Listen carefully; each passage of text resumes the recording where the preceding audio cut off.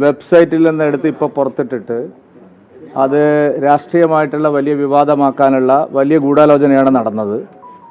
യഥാർത്ഥത്തിൽ കോൺഗ്രസിൻ്റെ പ്രമുഖ നേതാക്കളായിട്ടുള്ള രാഹുൽ ഗാന്ധിയും കേരളത്തിൽ നിന്നുള്ള ലോക്സഭാ അംഗമായിട്ടുള്ള പ്രിയങ്ക ഗാന്ധിയും പാർട്ടി നിലപാടിന് വിരുദ്ധമായി വഖഫ് ബില്ലിൻ്റെ ചർച്ചയിൽ പങ്കെടുക്കാതിരുന്നതിൻ്റെ തലവേദന വി.ഡി. സതീശനും കേരളത്തിലെ കോൺഗ്രസിനും വലിയ തോതിലുണ്ട്. അത് മറച്ചു പിടിക്കാനാണ് കേരളത്തിലെ കോൺഗ്രസ് നേതാക്കൾ ഈ ഒരു ചെപ്പടി വിദ്യയുമായിട്ട് ഇപ്പോൾ രംഗത്ത് വന്നിരിക്കുന്നത്. അതൊരു കാരണവശാലും വിലപ്പോവില്ല. കേരളത്തിലെ ക്രിസ്ത്യൻ സമൂഹം അത്രമാത്രം മണ്ടന്മാരാണെന്നുള്ള ഒരു ധാരണയിലാണ് കോൺഗ്രസ് പ്രവർത്തിക്കുന്നതെങ്കിൽ അവർ വിഡ്ഢികളുടെ സ്വർഗത്തിലാണ് എന്ന് മാത്രമേ ഞങ്ങൾക്ക് പറയാനുള്ളൂ.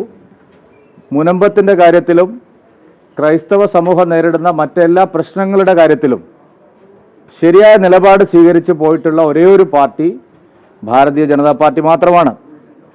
ഇത്രയും കാലം കോൺഗ്രസ് പറഞ്ഞത് വഖഫ് ഭേദഗതി ബില്ല് പാസ്സായാലും മുനമ്പത്തുകാരുടെ പ്രശ്നങ്ങൾ പരിഹരിക്കപ്പെടാൻ പോകുന്നില്ല, ഇതിന് മുൻകാല പ്രാബല്യമില്ല എന്നാണ്. പക്ഷേ ബില്ലിലെ വിശദാംശങ്ങൾ പരിശോധിച്ചപ്പോൾ എല്ലാവർക്കും മനസ്സിലായി വഖഫിൻ്റെ അധിനിവേശം, ആരുടെ സ്വത്തും എപ്പോൾ വേണമെങ്കിലും വഖഫ് ചെയ്യാമെന്നുള്ള കരിനിയമം സമ്പൂർണ്ണമായിട്ട് എടുത്തു കളഞ്ഞിരിക്കുകയാണ്. മുനമ്പത്തുകാർക്ക് അത് പൂർണ്ണമായിട്ട് ബോധ്യമായിട്ടുണ്ട്.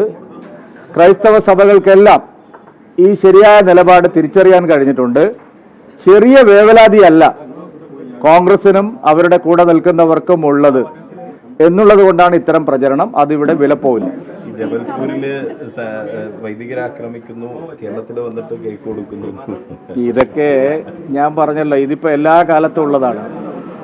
ക്രൈസ്തവ സമൂഹത്തെ തെറ്റിദ്ധരിപ്പിക്കാൻ നിർണായകമായ ഓരോ സന്ദർഭങ്ങളിലും ഇത്തരം സാഹചര്യങ്ങൾ ഉണ്ടാവാറുണ്ട്.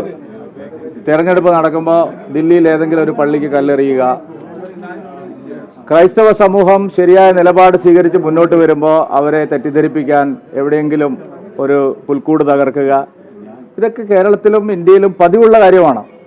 സർക്കാരിൻ്റെ നിലപാട് വളരെ കൃത്യമാണ്.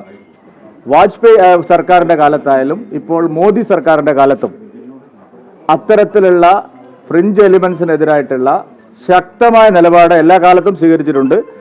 സർക്കാരും പാർട്ടിയും ആരുടെ കൂടെ എന്നുള്ളതാണ് ഇതിലേറ്റവും പ്രധാനപ്പെട്ടത്.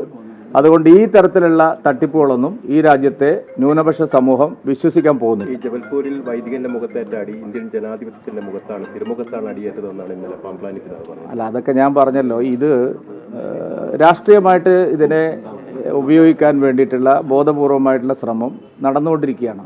അപ്പോൾ അതിൽ കുറേ ആൾക്കാർക്ക് തെറ്റിദ്ധാരണ വരും. പക്ഷെ കുറച്ച് ദിവസം കഴിയുമ്പോൾ അതെല്ലാം ബോധ്യമാവും. ഇപ്പോൾ പാലക്കാട് വലിയ തോതിൽ വിവാദമായില്ലേ? സത്യം എന്താണെന്ന് ക്രൈസ്തവ സമൂഹത്തിന് മനസ്സിലായല്ലോ. പിന്നെ എന്തിനാണ് ഇതിന് നമ്മളിങ്ങനെ ഞങ്ങൾക്ക് എന്തായാലും ഇക്കാര്യത്തിൽ വേവലാതിയില്ല. BJP ഒരു രാഷ്ട്രീയ പാർട്ടി എന്നുള്ള നിലയിലും മോദി സർക്കാർ രാജ്യത്തെ സർക്കാർ എന്നുള്ള നിലയിലും കൃത്യമായ ധാരണയോടുകൂടിയാണ് മുമ്പോട്ട് പോകുന്നത്. ഒരു തരത്തിലുള്ള വർഗീയ ശിഥിലീകരണ പ്രവണതകളെയും പ്രോത്സാഹിപ്പിക്കുന്ന സമീപനമില്ല. മുനമ്പത്തിൻ്റെ കാര്യത്തിലും വഖഫിൻ്റെ കാര്യത്തിലും അതാണ് കണ്ടത്. അല്ല, അങ്ങനെ ഇത് രാഷ്ട്രീയമായിട്ട് ഞങ്ങൾ ആരോടും പറഞ്ഞിട്ടില്ലല്ലോ. ഇതിലെന്തായിരിക്കുന്നത്? BJP ഇതിനെ രാഷ്ട്രീയ പ്രചരണമായിട്ട് കണക്കാക്കിയിട്ടില്ല. BJP വോട്ട് കിട്ടുമെന്ന് വിചാരിച്ചിട്ടോ തെരഞ്ഞെടുപ്പിൽ ലാഭം ഉണ്ടാക്കാൻ വേണ്ടി ഒന്നുമല്ല. മുനമ്പത്ത് സമരം തുടങ്ങിയപ്പോൾ ഞങ്ങൾ പാർട്ടി പ്രവർത്തകർ അവരുമായിട്ട് സഹകരിച്ചത് സത്യത്തിൻ്റെ കൂടെ നിൽക്കണമെന്ന് വിചാരിച്ചിട്ടാണ്.